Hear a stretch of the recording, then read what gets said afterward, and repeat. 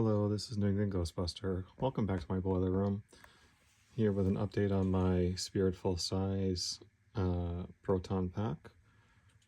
Previous video I had posed the question of how to get two different smoke kits firing at different voltages to be able to fire at the same time.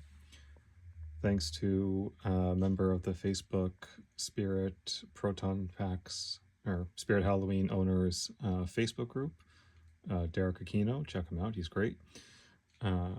It's been solved, and I think until I'm ready to do a major overhaul on this pack in terms of stripping off the finish on the outside, doing a complete new texture and paint job, as well as integrating a Bluetooth amplifier and a couple of really oversized speakers, I think I'm about done with this pack, and I'm ready to move on to working on my 80% pack, as well as I picked up a Ben of Kent shell, and I've been slowly accumulating parts for that.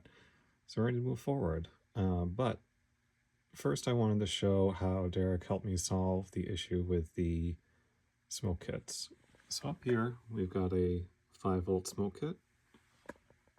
Down here, we've got a smoke kit running at 12 volts. The way this had operated previously was the 5-volt kit drew power from the USB port on a Talon cell. So 5 volts from the USB port went into the 5-volt smoke kit. When the relay was closed, either by the red button on my homemade attenuator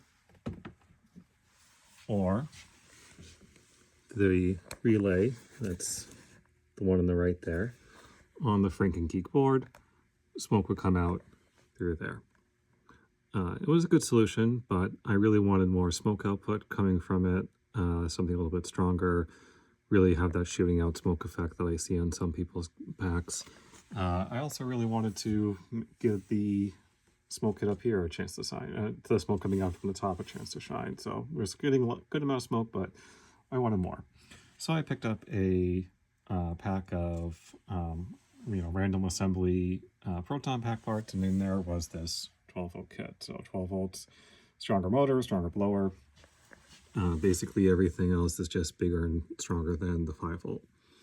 But when I try to wire it the same way, that is having 12-volt power coming from the Franken Geek board here, and having the relay being fired by the relay here, as well as the relay on my attenuator, it made the 12-volt kit really unhappy. So the lesson I learned as somebody who's still very new to small electronics is do not mix relays of different voltages. Bad things will happen.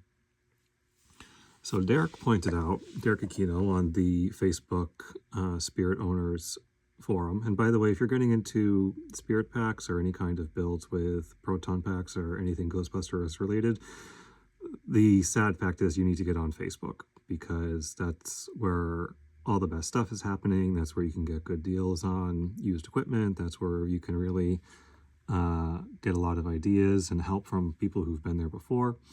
So yeah, Facebook is a bummer, but these groups are not, and there's lots of really great people on it. So I really encourage you to do so. He pointed out that if I take the power for the 12-volt kit and route here, so the hot on the 12-volt power, which is what this terminal provides on the board, and the neutral going to the relay terminal here. So we have black for neutral and red for hot. We can then run that through a Wago connection to a buck converter, and this takes the 12 volts from the board down to 5 volts. We run that to the top, and we see that this is now getting 5 volts from that buck converter. So this is happy. So we have the power issue solved. It also means that when the Franken Geek board goes into its overheat sequence by firing the wand for more than 30 seconds, both this and this will fire simultaneously as part of the overheat. Great. However, I like to be able to fire the smoke kits independently of that function. Basically just as a way of creating visual interest for people when you're in parades or cons.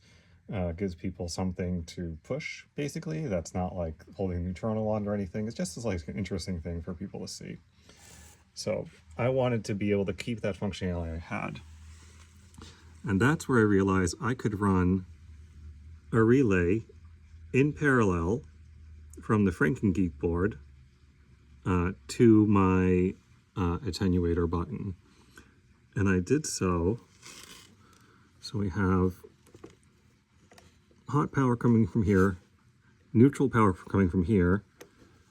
This neutral goes to this Wago connector here. And the Wago connects via this gray cable back onto the button on my attenuator. So what that does, it means that power is always going to both the 12 volt and the 5 volt kits. The thing that interrupts it is twofold. The FrankenGeek board interrupts that power going to these kits, and also now this parallel connector I made from here in the neutral to the Wago to the button on the attenuator is also interrupting it. So that means if I press the button on the attenuator, the circuit is completed and power will go to the smoke kits and it will fire off the smoke kits. And at the same time, that parallel connection means that the FrankenGeek board can still close that circuit on its own and do the firing sequence as normal. The only other question is, if that's now the case, then what is stopping these things from firing all the time? Because both kits, the 12 volt and the 5 volt, had their own wires when if you close the circuit, their own relays, it would cause them to fire. But we now know that the circuit is being interrupted on the board, and it's also being interrupted by the button on the attenuator. So that's where this used to be two cables sticking out, either connecting to a relay or button or a switch. I twisted those together, creating that short, and then I used some heat shrink to keep it from coming apart. So now there's no longer a functioning relay on the 12 volt kit or the 5 volt kit. You can see I did the same in the 5 volt kit up here. So now the only thing that's stopping power going to the kits is the FrankenGeek board and the button on the attenuator. So that's the perfect solution for me. It'll help me simplify my wiring. I know it doesn't look so simple, but before I had a USB cable for USB power, plus this 12 volt cable, plus these speakers going to the motherboard, which is where the talent cell and the speaker live. But now when I connect the motherboard, I only need to connect the 12 volt power because I now have 5 volts going to the smoke kit as well as to the attenuator. The attenuator has LED lights and other things that run off of 5 volt power. So now I just have the power and the sound for the motherboard, and that makes me happy just in terms of simplifying wiring. Yeah, so everything is working good there. I'm going to pause for a second and turn the pack around and give a quick demonstration. Okay, so we have the pack turned around. Take a minute to see if there's any other changes from previous videos. Not really, except I experimented with UV curing resin for different parts. It seems to work pretty good. I don't know if I went over the attenuator specifically, but I'll do that now. The attenuator connects to the pack using this CN-Linko 10-pin connector, and it's quick detach. I'm not going to detach it now. Goes up this cable. The attenuator lives on a magnet that's actually used for people who want to magnetically holster their guns. Lives on top of the pack, and there's a steel clip on the back. Please pay no attention to the horrendous plastic dip job I did. This needs to be repainted. Features of the attenuator. Basically, we have a light show. This is sort of like a representation of the cyclotron. This, of course, is a representation of the power cell. Both of these I got off the shelf on Etsy. Don't recall the sellers offhand, but they're great. This one in particular is really neat. We have red switch indicating power, blue switch indicating the function button, which is also on the neutrona wand, and red switch for the smoke, which with power going to the pack, I can now demonstrate. So yeah, tons of plumes of smoke coming from the top, tons of really great ejector coming from the bottom in terms of that. Super happy with it. Oh, and also this is the volume knob for the pack. Unfortunately, you can only have one volume potentiometer with the Franken-Geek board at a time, so this is now just a cosmetic part. No big deal. All the wiring for that potentiometer in the crank knob is still in the pack, so if I want to go a little more traditional in terms of look, I can just attach this, put the cover on, and then reconnect the potentiometer that's here down to the Franken-Geek board. I think that's about it. Oh, I replaced the real clippered valve with one from Max Factory, and these are so good looking. They are metal at the top, they actually twist. This is metal too, this is resin. Sticker that comes with is great. It's just such a great thing, and it's half the price of an actual clipper. I think it's the best value you can find in terms of that look. So that will do it, I think, for this pack.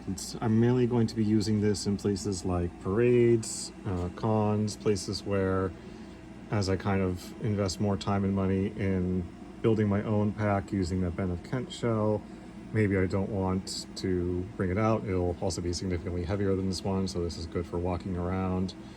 But of course, if you have any questions or comments, please leave them below. Again, if you're getting started out in this hobby, I really recommend joining Facebook and joining some of those groups about going into builds of not just proton packs, but also anything kind of related to all the many aspects of gear related to this hobby. So thanks for watching. Have a great day.